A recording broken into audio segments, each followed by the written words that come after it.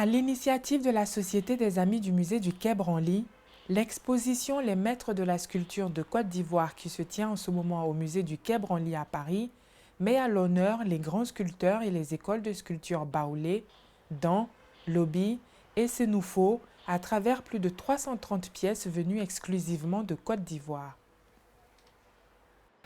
Comme l'indique le titre de l'exposition, on s'intéresse aux sculpteurs, aux maîtres sculpteurs, aux grands sculpteurs, aux artistes de Côte d'Ivoire qui ont été identifiés, artistes qui ont travaillé de la fin du 19e siècle jusqu'au milieu, même jusqu'à la fin du 20e siècle, parce qu'on a encore des artistes contemporains qui sont toujours vivants. Et ces artistes, en fait, sont connus à travers les œuvres et il semblait essentiel de montrer leurs œuvres. Alors, dans l'exposition, ce qu'on va trouver, c'est des différentes typologies d'œuvres. Donc, il n'y aura pas que des masques, bien sûr, il y aura aussi de la sculpture.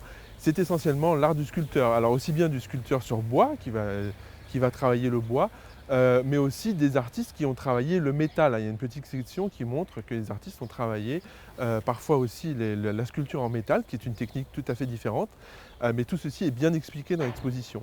Et puis ce dont on se rend compte, c'est que en fait, les artistes n'étaient pas spécialisés sur une typologie, c'est-à-dire qu'en général, un artiste qui pouvait sculpter un masque pouvait également sculpter une statuette, des cuillères sculptées, ornées de visages ou de têtes d'animaux.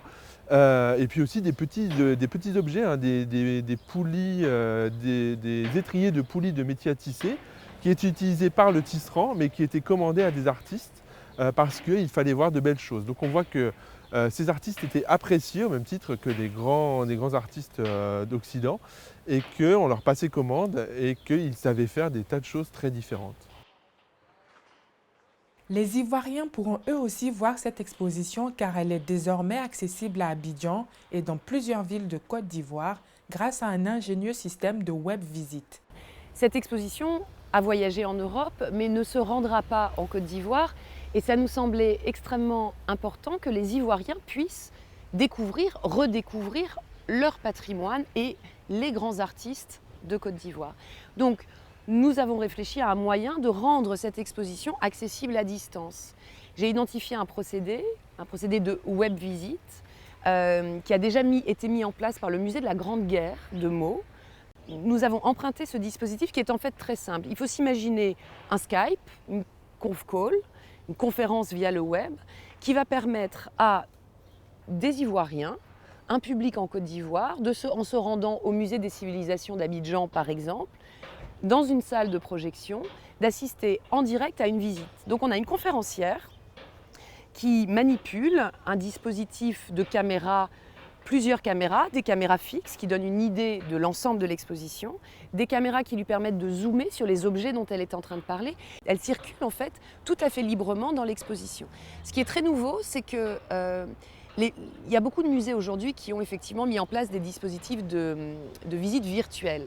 Là, bien sûr, on est séparé de l'exposition par des écrans, mais ce n'est pas une visite virtuelle, c'est vraiment une visite en direct qui permet l'interactivité. Nos visiteurs distants en Côte d'Ivoire vont pouvoir interroger la conférencière et la conférencière va pouvoir leur répondre et répondre à toutes les questions qui pourront se poser. C'est la première fois que le musée du Quai Branly met ce type de programme en place et je crois qu'à Paris, c'est la première fois aussi.